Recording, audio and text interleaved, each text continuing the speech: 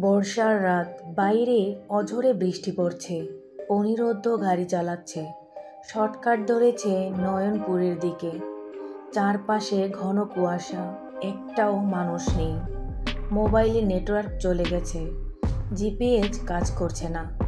হঠাৎ রাস্তার পাশে দাঁড়িয়ে এক বৃদ্ধ, ভেজা কাপড়, চোখে কেমন জানি শূন্যতা। বৃদ্ধ কাপা গলায় বলল, আমার ছেলে হারিয়ে গেছে। অনিরুদ্ধ তাকে গাড়িতে তুলল। বৃদ্ধ বলল, পান্থপথ চৌরাস্তায় নামিয়ে দেবেন।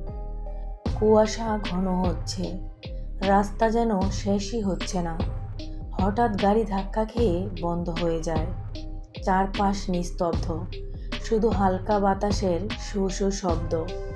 অনিরুদ্ধ বাইরে নামে, গাড়ির দিকে তাকিয়ে দেখে বৃদ্ধ নেই।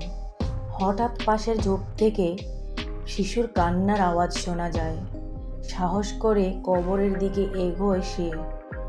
কবরের ফলকে লেখা, হিমাংশু রায় ও পুত্র রাজীব, মৃত্যু 2003।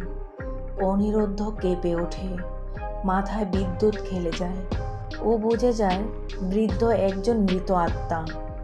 হঠাৎ একজন বৃদ্ধ মহিলা কুয়াশা ভেদ করে আসে। ফিসফিস করে বলে, ও নিজেই ছেলেকে খুন করেছিল। অনিরুদ্ধ পালাতে চায়, কিন্তু পা যেন আটকে গেছে। সকালবেলা একজন পুরোহিত চৌরাস্তায় তাকে অজ্ঞান অবস্থায় খুঁজে পান। তাকে বাড়ি পৌঁছে দেয়া হয়। অনিরুদ্ধ ডায়েরিতে লেখে, চৌরাস্তা আসলে শর্টকাট নয়, ওটা একটা ফাঁদ।